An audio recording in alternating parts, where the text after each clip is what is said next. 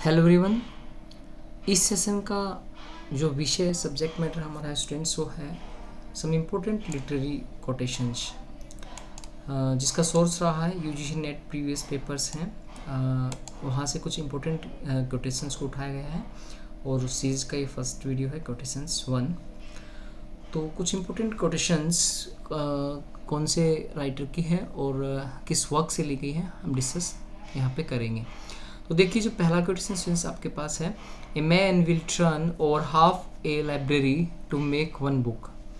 तो ये क्वेश्चन पूछा गया है यूजीसी नेट के एग्जाम में कि ये किसने बोला है कि एक आदमी टर्न कर देता है आधी लाइब्रेरी को एक बुक बनाने के लिए, यानी एक बुक बनाने के लिए उसको आधी से ज़्यादा लाइब्रेरी को मतलब उसको उल्ट पुल्ट करना पड़ता है, पढ़ना पड़ता है। तो सैमुअल जॉनसन का ये स्टेटमेंट है। Samuel Johnson, the ruinous deeds of the ravaging foe। तो जो ruinous का मतलब होता है खतरनाक, बर्बाद करने वाली जो डीड्स है, कार्य है, एक दुश्मन है जो गरजता हुआ दुश्मन है। ये व्योल्फ जो पहला लिटरेरी वर्क है, इसके राइटर अननोन है। तो व्योल्फ की लाइन है, the ruinous deeds of the ravaging foe। Third statement देखिए, कोटेशन देखिए, if no love is O god what feel I so. तो देखिए, ट्रायल्स एंड क्रिसिडे जो चौसर का ये वर्क है वहाँ से लाइन उठाया गया है, इफ नो लव इज, अगर लव है ही नहीं तो भगवान मुझे क्यों फील होता है, व्हाट फील आई सो, मुझे ऐसा क्यों फील होता है। Troilus and Criseyde. फोर देखिए, on a May morning on Malvern hills. ये तो काफ़ी बार एग्जाम्स में आ चुका है। मालवन हिल्स का जिक्र पायर्स ब्लोमैन है, विलियम लैंगलैंड का वर्क जो ड्रीम एलिग्री है कि on a May morning on Malvern hills. तो ये आपका पायर्स ब्लोमैन से लिया गया है। All the world is a stage, बहुत ही इंपॉर्टेंट कोटेशन है ये। All the world is a stage and all the man and women merely players. तो as you like it by Shakespeare, William Shakespeare का एक कोटेशन है। और कौन से वर्क्स हैं, एज यू लाइक इट से है, all the world is a stage and all the man and women merely players. सारी दुनिया एक स्टेज है और जो मैन वुमेन है वो केवल खिलाड़ी हैं। सिक्स कोटेशन देखिए, important one, what is a man if his chief good and market of his time be but to sleep and feed a beast no मोर।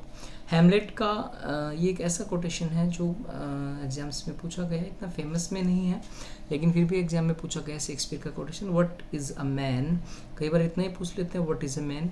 और if his chief good and market of his time, तो कहाँ से लिया गया, Hamlet से लिया गया। Expression है, एंसेस्ट्रल वॉइसेस प्रोफेसाइजिंग वॉर। तो एंसेस्ट्रल वॉइसेस प्रोफेसिंग, ये एक्सप्रेशन कौन से वर्क से, कुबला खान, स्टिकोलरेज का वर्क है Kubla Khan. Ancestral voices prophesying war, important line है, काफ़ी बार एग्जाम्स में पूछा जा चुका है। Who said my poems are not violence but vitality. मेरी जो पोइम्स हैं वायलेंस के बारे में नहीं है बट वाइटलिटी के बारे में है, यानी ताकत के बारे में, अहिंसा के बारे में। Ted Hughes, my poems are not about violence but vitality. Ted huge.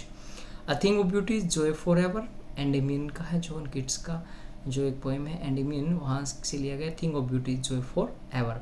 And likewise इससे से मिलता जुलता 10th देखिए, जो हमारा कोटेशन है, beauty is truth, truth beauty. तो ये लास्ट लाइन है, ode on Grecian urn by kits.